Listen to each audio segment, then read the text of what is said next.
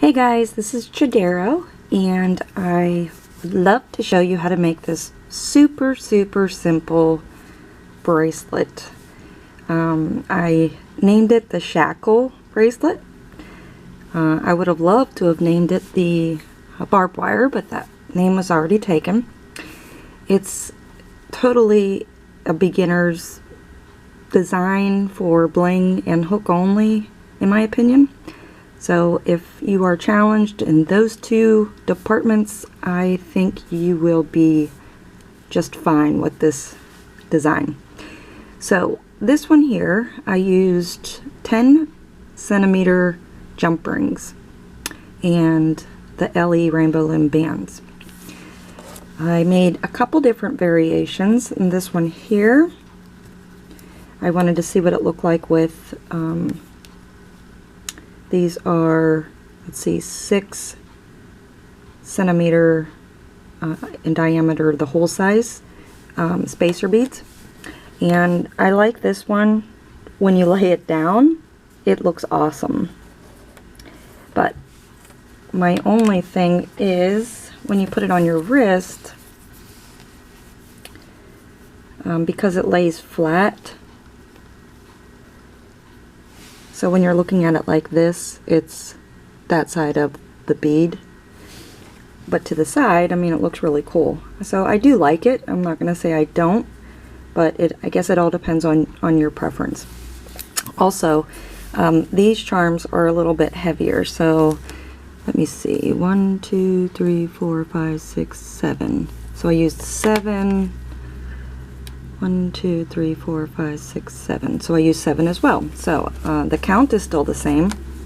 But sometimes when you buy or use bigger charms, it does weigh down your bracelet. So you just have to watch to make sure that, you know, just try it on your wrist before you close it up. Another option that I wanted to see what it looked like was using these bigger spacer beads, and I'm not crazy about this one.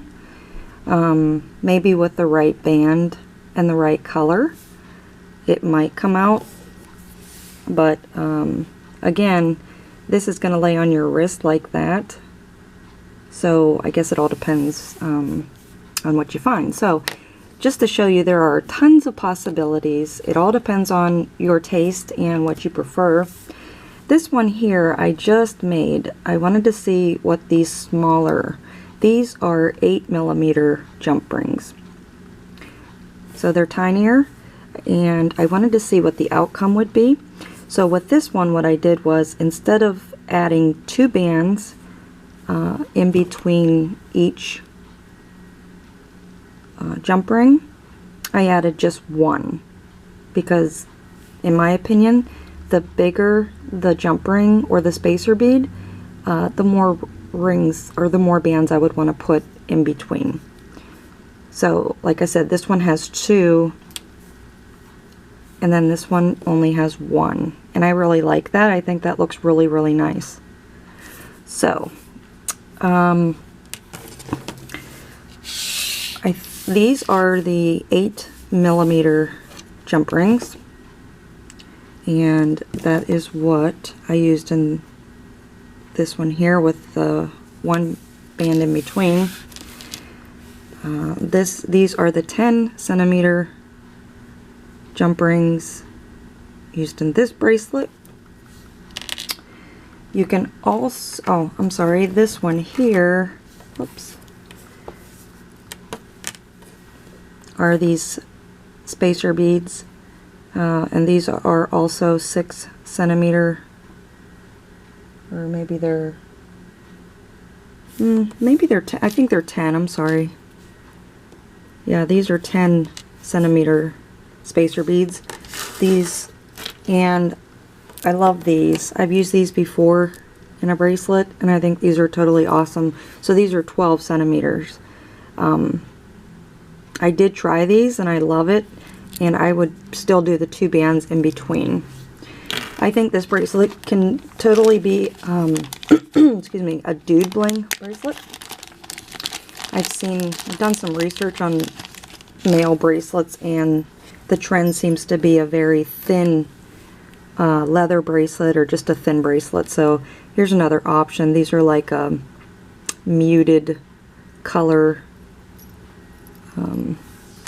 you know, just anything that's not feminine, I guess. I think that these would look really awesome with black bands, or medieval would be really cool. So I do use a lot of the LE bands, and I love them. They're my favorite bands. They're easy to do a tutorial with, but I have done them with this bracelet with opaque. If you're going to use opaque or jelly or just a thinner band, my suggestion is to double up on your bands, and it will still give you the same outcome. It doesn't take but 7 spacer beads or O-rings, and maybe what, we'll have to count, I guess, your band count, but this little thing here fits my wrist. So this is totally, it's very simple, it's fast, and it doesn't take much on your end to make. So I think what I'll do is just kind of do like a mix match of different beads. So my bracelet's going to be all like weird, but that way it'll kind of give you an understanding on how each bead will look, and that way whenever you go to choose what bead you prefer, you'll already have an idea. So I'm going to use these LE purple bands. These are, let's see, 8 centimeter jump rings, or O-rings, I'm sorry, and they fit over my hook.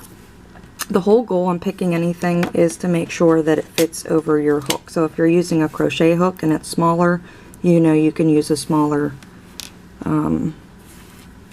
spacer bead.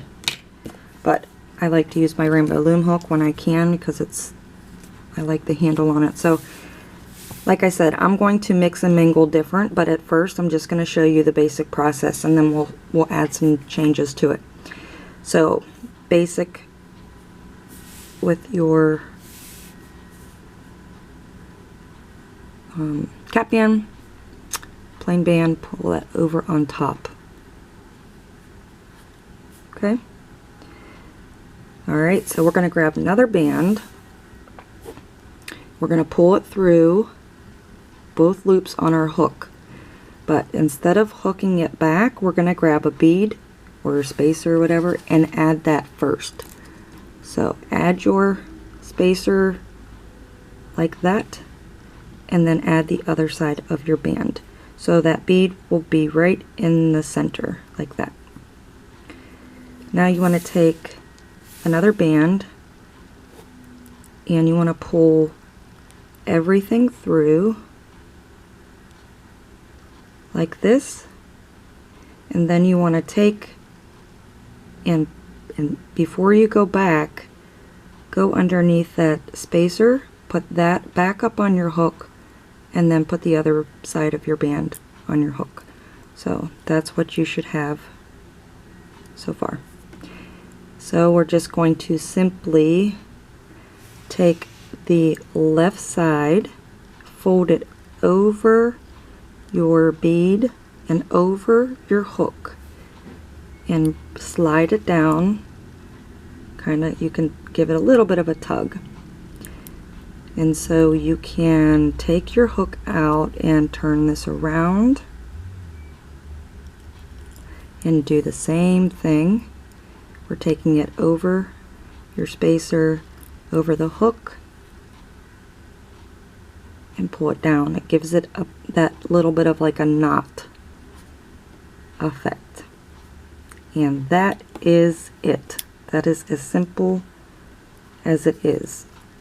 So let's do that 2 more times, and then I'll try a different spacer bead. So once you have your spacer on your hook, take a band, slide it through, put it back up on your hook. Take another band, slide it through, and before reattaching, grab your spacer, put it on your hook, then reattach the other side of your band like that. Now we're going to take our third band, pull it through the bands and the spacer, But before we reattach, we're going to pick up that spacer bead, put that on our hook, and then put the other side of our band on. So this is what you should have. Once you're at this point, it's just pulling this band over your hook, which goes over your spacer. You can turn it, or you can simply take your band and do this, and then just grab your spacer bead and give it a pull. So whichever is easier or more comfortable for you. Okay, so I'll do that one more time. So you take your band, go through, reattach. Take your second band, go through, and then add your jump ring in the middle, and then reattach your band like that. Now take your last band, slide everything through, but before you reattach, grab your jump ring and the other side of your band. And then once you have that, take the left band over your hook, and then you can pull your other band to the left side of your jump ring,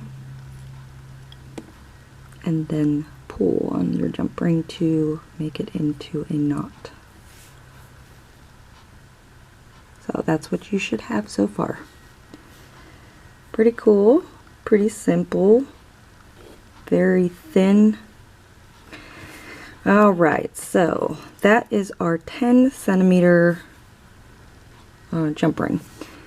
Let's jump to the 10 centimeter in these spacer beads with the rhinestones on it. So it's the exact same thing, but I just want to show you. So we're going to put our band through that jump ring, and then we're going to pull another band through, but grab our spacer bead, put that in the center, and reattach. So this one is a little bit bigger, so you're not going to have as much wiggle room, but you know, just make sure your bands don't slide around. Then take your third band and stick it through the band, the spacer, and the other band, like so. But then we want to go back through, put our hook through the spacer bead, and reattach, just like the other one. So the only really difference is you just have to make sure, because it's a bigger bead, that you can get your band over your hook and around that bead. And then make sure that this band, you have enough. Sometimes it likes to slide down, so if you are one to want to take it off your hook, just make sure that you have that, and then just flip this one over like so, and then just give it a tug to lock those in place. So again, it's the same exact process, just a different type of bead. So always it's always 3 bands. So first band going through the spacer, reconnect. Second band going through this band, grabbing your spacer bead in the middle, reconnect. Third band, go through one band, through the spacer, through the other side.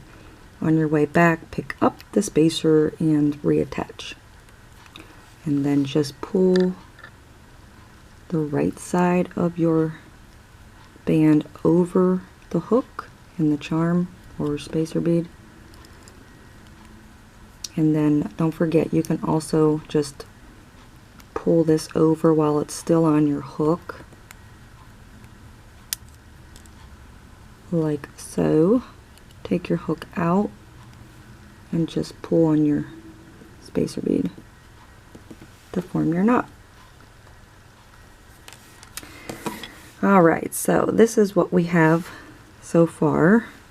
We have 10 centimeter jump rings and 10 centimeter spacer beads, okay, with 2 bands in between each one. So let's do these 12 centimeter ones and see what they come out like. Alright, so we take our band, pull it through the spacer, reattach. And take our band, pull it through all the bands on your hook, grab your bead or spacer. These ones are quite large. And then reattach.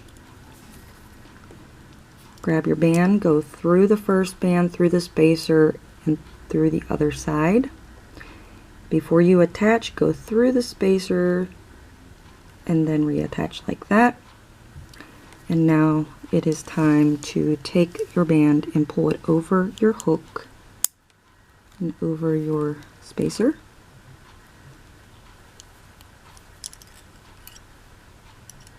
And do the same on the opposite side.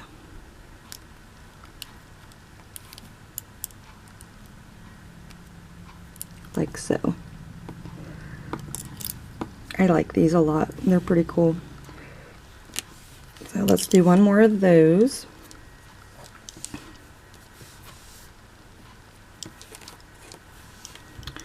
Oops.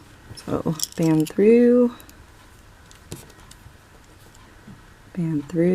grab your bead, spacer bead, reattach. And then your next one, go through, pick up, and reattach. And now pull over. Turn it around, whoopsie, and over the hook. So you're basically just knotting it.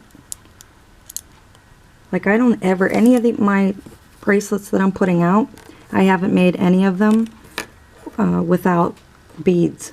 So I don't really know what if they can be done without beads or not. I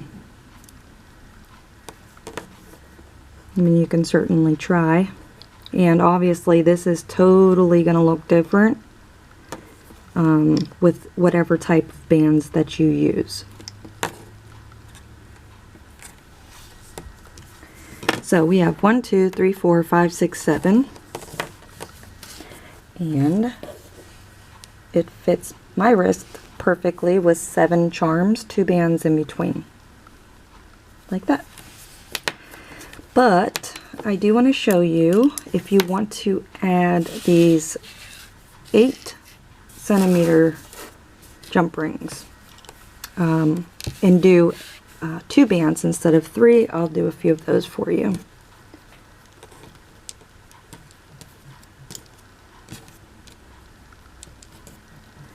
Okay, so you take your band, pull it through, and then you want to take and add your, well, let's do this normally, and then I'll show you on the next one.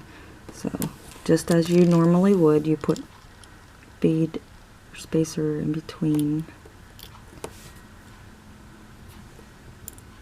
pull your band through all of them, pick up the spacer, reattach,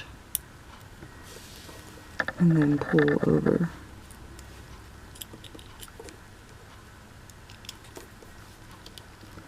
Like that, and pull down. Alright, so now that we're on this 8 centimeter jump ring, and if you want to do 1 band in between, so you would take your band and go through your jump ring, but instead of reattaching on this one, this is when you would pick up your next jump ring, and then reattach. So it's just one band in between. Then you would pick up your second band and pull that through, picking up your jump ring and reattaching. And then just pull your band over on both sides. So it's the exact same, you're just eliminating one of the bands. I really like that. I think it looks nice. So again, you would put your band through your jump ring. Oops, I'm sorry. Put your band through your jump ring, then grab your next jump ring and put it back on your hook. Grab your next band, go through everything, grab your jump ring, and then reattach. Now I want to make sure it's in the middle, and then fold over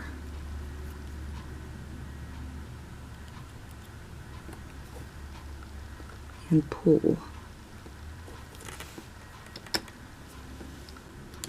One thing I did want to mention is your options on how you'd like to close it. So obviously you can use a C-clip and attach it to, you would just put, well, in my opinion, I would stick another band through that jump ring or spacer and attach it like so with a C-clip. Or if you are using like the chainmail type of jewelry, and by that I mean chainmail opens up. They have the cut in them like that. If you have those type of O-rings, then you would just merely open this up, and these are heavy duty or heavy gauge O-rings because, or not because, they are heavy duty, so they're hard to kind of pull apart. And I have to apologize, I do not, when I moved, I totally lost like my beading tools, so I have to use like 2 pliers. It's super easy, but it's just a little bit tougher for my hand. You would just simply open that up just a tiny bit. If you are under the age of 18, please ask your parents for assistance, as I do not want to know if anybody, I don't want anybody to get hurt.